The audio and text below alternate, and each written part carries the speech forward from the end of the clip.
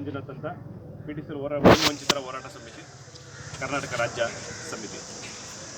ಇವತ್ತೇನು ನಾವು ಇವತ್ತು ಪ್ರೆಸ್ ಮೀಟ್ ಮಾಡೋ ಉದ್ದೇಶ ನಿಕ್ಕಂಟಿ ರಾಮಲಕ್ಷ್ಮಿ ಹೊಸ ಸ್ಟೇಟ್ ಆಫ್ ಕರ್ನಾಟಕ ಈ ಒಂದು ಆದೇಶದಿಂದ ಇಡೀ ದಲಿತ ಸಮುದಾಯಕ್ಕೆ ಮಂಜೂರಾದ ಜಮೀನು ವಿಚಾರದಲ್ಲಿ ಬೀದಿ ಪಾಲಾಗಿತ್ತು.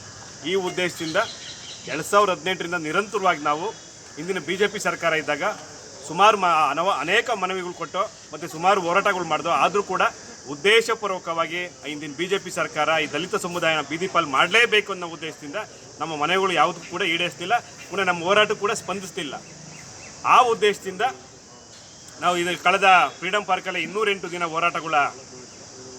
ಹೋರಾಟ ಸ್ಥಳಕ್ಕೆ ಬಂದ ಇಂದಿನ ಕಾಂಗ್ರೆಸ್ ಸರ್ಕಾರ ಏನಿದೆ, ಮಾನ್ಯ ಸಿದ್ದರಾಮಯ್ಯವರು ಮತ್ತು DK ಶಿವಕುಮಾರ್ ಮತ್ತು SV ಮಾದೇವಪ್ಪ, ಸತೀಶ್ ಜಾರಕಿಹೊಳಿ ಮತ್ತು ಅನೇಕ ಶಾಸಕರು, ಇಂದಿನ ಕಾಂಗ್ರೆಸ್ ಸರ್ಕಾರದ ಅನೇಕ ಶಾಸಕರು ಬಂದು ನಮಗೆ ಹೋರಾಟಕ್ಕೆ ಬಂದು ಬೆಂಬಲಿಸಿದರು.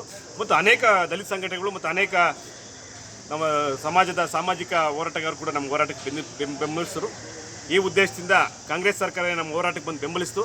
ಅವರು ಕೂಡ ಹೇಳಿ ನಮಗೊಂದು ಮಾತು ಕೊಟ್ಟಿದ್ರು, ನಮ್ಮ ಸರ್ಕಾರ ಏನಾದರೂ ಅಧಿಕಾರಕ್ಕೆ ಬಂದ ತಕ್ಷಣ ನಿಮ್ಮ ಬೇಡಿಕೆ ಏನಿದೆ PTCL ಕಾಯ್ದೆ ತಿದ್ದುಪಡಿನ ನಾವು ಮಾಡ್ತೀವಿ ಅಂತ.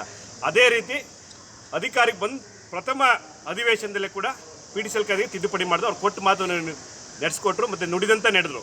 ಆ ಉದ್ದೇಶದಿಂದ ನಾವು ಇಡೀ ಏನು PTCL ಕಾಯ್ದೆ ಭೂಮಿ ವಂಚಿತರಿದೆ ಮತ್ತು ರಾಜ್ಯ ಅಂತ ಏನಿದೆ ಲಕ್ಷಾಂತರ ಕುಟುಂಬಗಳಿದ್ವಿ ಭೂಮಿ ಕಳ್ಕೊಂಡು ಮತ್ತೆ ಭೂಮಿ ಸಿಗೋಕ್ಕೆ ನಮಗೆ ಹೆಚ್ಚು ಒತ್ತು ಕೊಟ್ಟು ಕಾಂಗ್ರೆಸ್ ಸರ್ಕಾರ ಹಿಂದಿನಿಂದಲೂ ಕೂಡ ನಮಗೆ ಹೆಚ್ಚು ಭೂಮಿ ಕೊಡೋದು ಇದೆ ಕಾಂಗ್ರೆಸ್ ಸರ್ಕಾರ. ಮತ್ತು ಈಗಲೂ ಕೂಡ ಅದಕ್ಕೆ ಸಮಸ್ಯೆ ಆದಾಗ ಮತ್ತು ಅದನ್ನು ಬಗೆಹರಿಸಿ ಭೂಮಿ ಕೊಡಿಸೋಕ್ಕೆ ಹೆಚ್ಚು ಶ್ರಮ ವಹಿಸ್ತಿರುವ ಕಾಂಗ್ರೆಸ್ ಸರ್ಕಾರಕ್ಕೆ ನಾವು ಇಡೀ ಸಮಿತಿಯಿಂದ ಬೆಂಬಲ ಸೂಚಿಸ್ತಾ ಇದ್ದೀವಿ ಮತ್ತು ಇಡೀ SC/ST ಸಮುದಾಯದಿಂದ ಏನಿದೆ ನಾವು ಬೆಂಬಲ ಸೂಚಿಸ್ತಾ ಇದ್ದೀವಿ. ತಮ್ಮ ಹೆಸರು ಸರ್? ಇದೇ ಜೊತೆಗೆ ಕಾಂಗ್ರೆಸ್